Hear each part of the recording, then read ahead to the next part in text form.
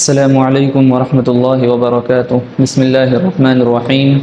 محرم کا مہینہ ہمارے سامنے شروع ہونے والا ہے اور یہ چاند کے اعتبار سے یہ پہلا مہینہ ہے، یہاں سے سال بدل جاتا ہے، اسلامی سال کا پہلا مہینہ کہلاتا ہے، جس طریقے سے شمسی مہینوں میں پہلا مہینہ جنوری کا ہوتا ہے۔ لہٰذا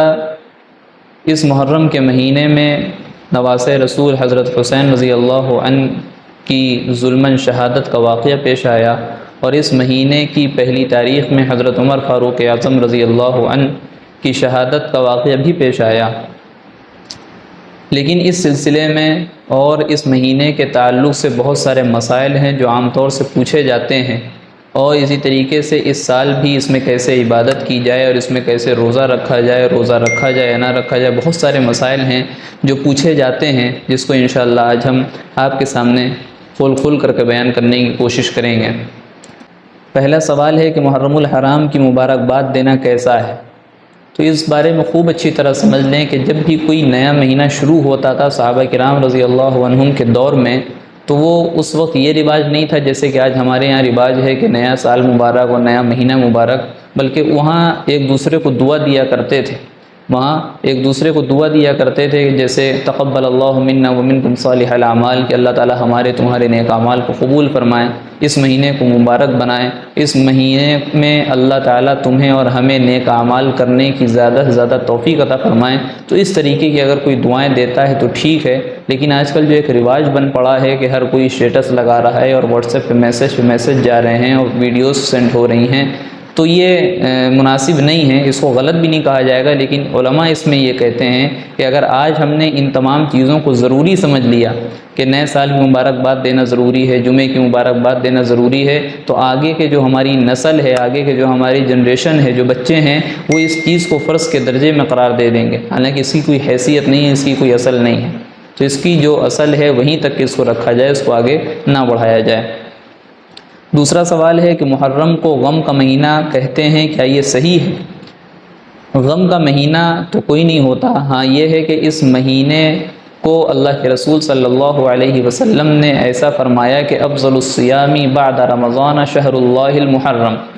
کہ رمضان کے بعد جو سب سے بہترین روزے ہیں، سب سے افضل روزے ہیں اللہ کے نزدیک، وہ محرم کے روزے ہیں۔ اور محرم کا لفظ اللہ کے رسول نے بعد میں کہا، پہلے محرم سے پہلے کہا کہ شہر اللہ المحرم، یعنی اللہ کا مہینہ محرم کے روزے ہیں۔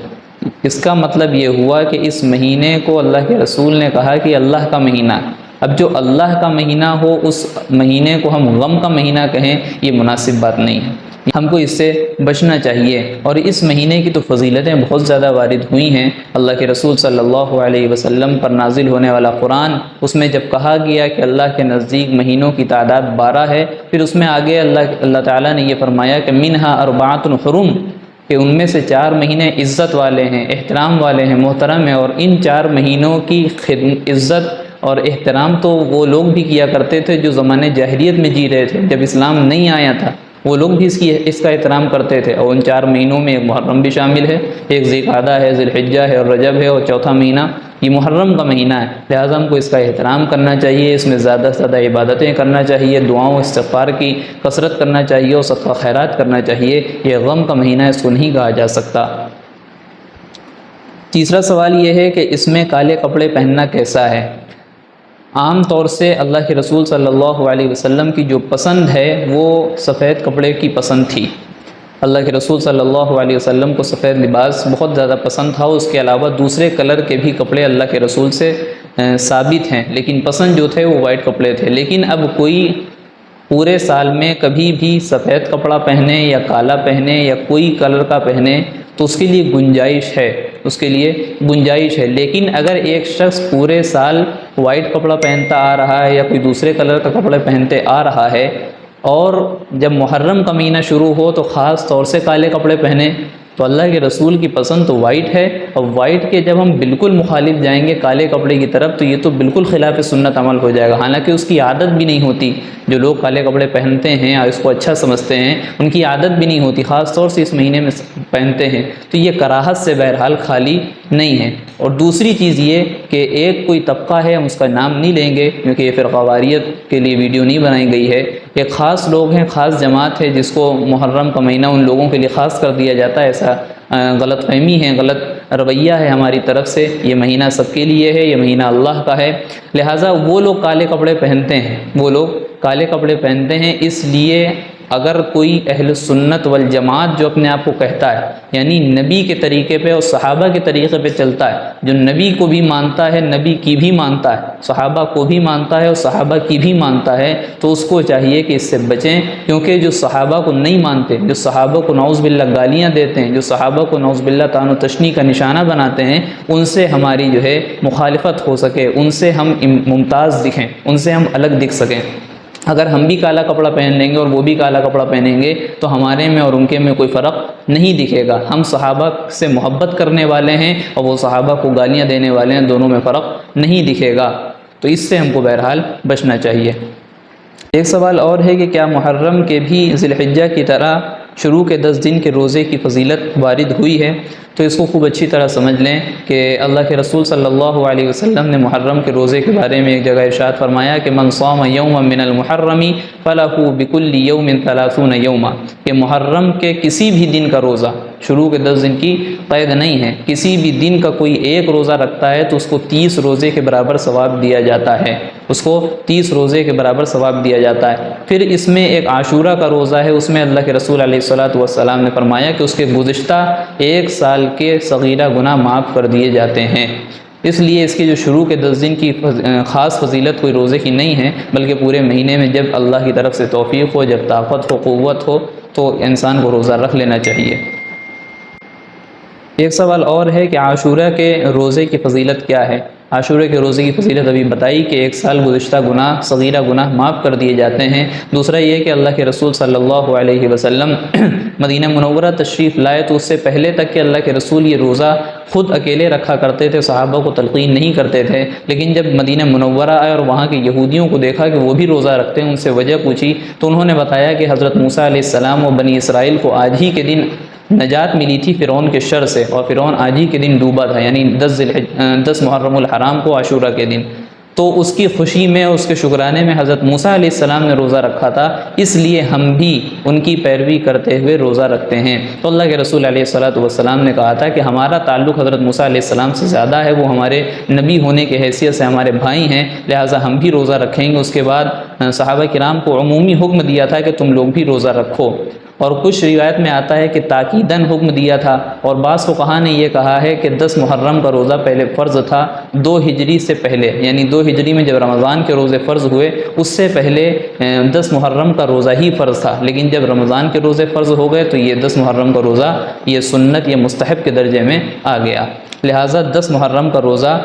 کی ایک یہ فضیلت ہے۔ باقی جو دوسری فضیلت بتائی کہ 30 روزے کا ثواب ملے گا۔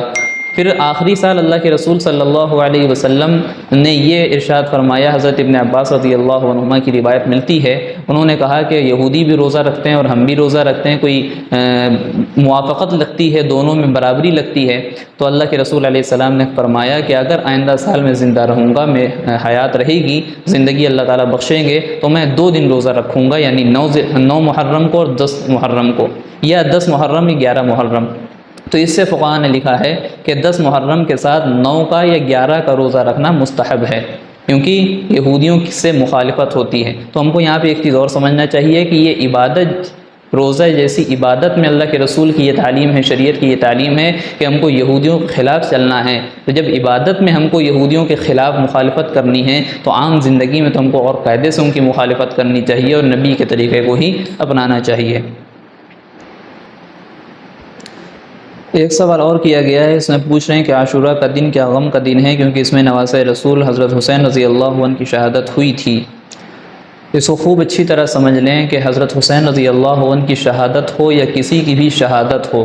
اللہ کے راستے میں نکل کر کے دین کی بقا کے لیے اللہ کے راستے میں لڑتے لڑتے اگر کسی نے شہادت کا مقام حاصل کیا ہے، یہ بہت بڑا مقام ہے، یہ بہت بڑا مقام ہے، اور ایسے لوگوں کے بارے میں قرآن کہتا ہے کہ بل احیاء، وہ سب کے سب زندہ ہیں، وہ سب کے سب زندہ ہیں، ولیکن لا تشعرون، تم سمجھ نہیں پاتے کہ وہ زندہ ہیں۔ اور دوسری جگہ فرمایا کہ وہ سب اپنی اپنی قبروں میں زندہ ہیں اور ان کو اللہ کی طرف سے رزق دیا جا رہا ہے، کھانے پینے کو دیا جا رہا ہے۔ باقی حدیثوں میں سمجھ میں آتا ہے، سامنے بات آتی ہے کہ جو شہید ہو جاتے ہیں ان کا خون کا ایک قطرہ زمین پر گرنے سے پہلے ان کی مغفرت کر دی جاتی ہے، جنت میں جو ان کو مقام ملنا ہے وہ ان کو دنیا میں دکھا دیا جاتا ہے، اور طرح طرح کی فضیلتیں شہادت کے بارے میں آئی ہیں۔ اب حضرت حسین رضی اللہ عنہ کو ہم لے لیتے ہیں کہ حضرت حسین رضی اللہ عنہ کی ظلماً شہادت ہوئی، ہم سب اس کو تسلیم کرتے ہیں، ان کے ساتھ ایسا نہیں ہونا چاہیے تھا، غلط ہوا، اور لیکن اس کے ساتھ ساتھ اگر ان کے ساتھ شہادت کا معاملہ پیش آیا، اللہ تعالیٰ کی مرضی سے ہی آیا، اب ان کو شہادت کے مقام پر فائز کر دیا گیا، تو اس میں خوشی کی بات ہے یا غم کی بات ہے؟ ان کو جنت میں اعلیٰ مقام مل گیا، یہ خوشی کی بات ہے یا غم کی بات ہے؟ وہ قبر میں زندہ ہیں، یہ خوشی کی بات ہے یا غم کی بات ہے؟ ان کو قبر میں اللہ کی طرف سے رزق دیا جا رہا ہے، یہ خوشی کی بات ہے یا غم کی بات ہے؟ لہٰذا غم کا دن کہنا یہ بالکل مناسب نہیں ہے۔ ہاں، اللہ کے رسول علیہ الصلاۃ والسلام سے پھر بعض لوگ کہتے ہیں کہ ثابت ہے کہ اللہ کے رسول بھی روئے تھے، غم منایا تھا، تو وہ تو ایک اچانک ان کو خبر ملی تھی، وحی کے ذریعے سے ان کو بتایا گیا تھا کہ آپ کے نواسے کو ظلم شہید کیا جائے گا، تو ایک نیچرل چیز ہے، ایک فطری چیز ہے۔ کسی کے بارے میں بھی کسی خاص کو، کسی قریبی لوگ کو اگر کہا جائے گا کہ اس کے ساتھ ایسا حادثہ پیش آنے والا ہے، تو اس کے آنکھوں میں آنسو آئیں گے، وہ روئے گا، اس کو غم ہوگا، اس کو افسوس ہوگا۔ لہٰذا اللہ کے رسول کی وہ فطری چیز تھی، نیچرل چیز تھی، لہٰذا یہ غم منانے کا تصور یہ اسلام میں اس کا کانسیپٹ نظر نہیں آتا۔ آج انشاءاللہ اس ویڈیو کو ہم یہیں پر ختم کرتے ہیں، کیونکہ یہ ویڈیو پوری 20 منٹ تقریباً ہو چکی ہے، اور کل انشاءاللہ جو آگے کا حصہ ہے پارٹ 2 ہوگا یا دوسرا حصہ ہوگا، وہ کل انشاءاللہ 10 بجے اپلوڈ ہو جائے گا۔ لہٰذا اس پیغام کو بھی دوسروں تک کے ضرور پہنچائیں، اور کل کی جو ویڈیو ہے اس کو بھی ضرور دیکھیں، اس میں بھی ضروری مسائل شامل کیے گئے ہیں کہ تعزیہ رکھنا کیسا ہے، اور اس مہینے کو منحوس جاننا، اور اس میں شادیاں نہ کرنا، طرح طرح کے ضروری مسائل ہیں جو ہم سے تعلق رکھتے ہیں۔ لہٰذا اس پیغام کو بھی دوسروں تک کے ضرور پہنچائیں اور خود بھی دیکھیں۔ جزاکم اللہ۔ السلام علیکم ورحمۃ اللہ وبرکاتہ۔ ویڈیو اگر اچھی لگی ہو تو لائک کریں، شیئر کریں، اور چینل کو سبسکرائب کرنا نہ بھولیں، اور ساتھ ہی ساتھ بیل آئیکن کو پریس کریں تاکہ نئی ویڈیو کی نوٹیفیکیشن آپ کو ملتی رہے۔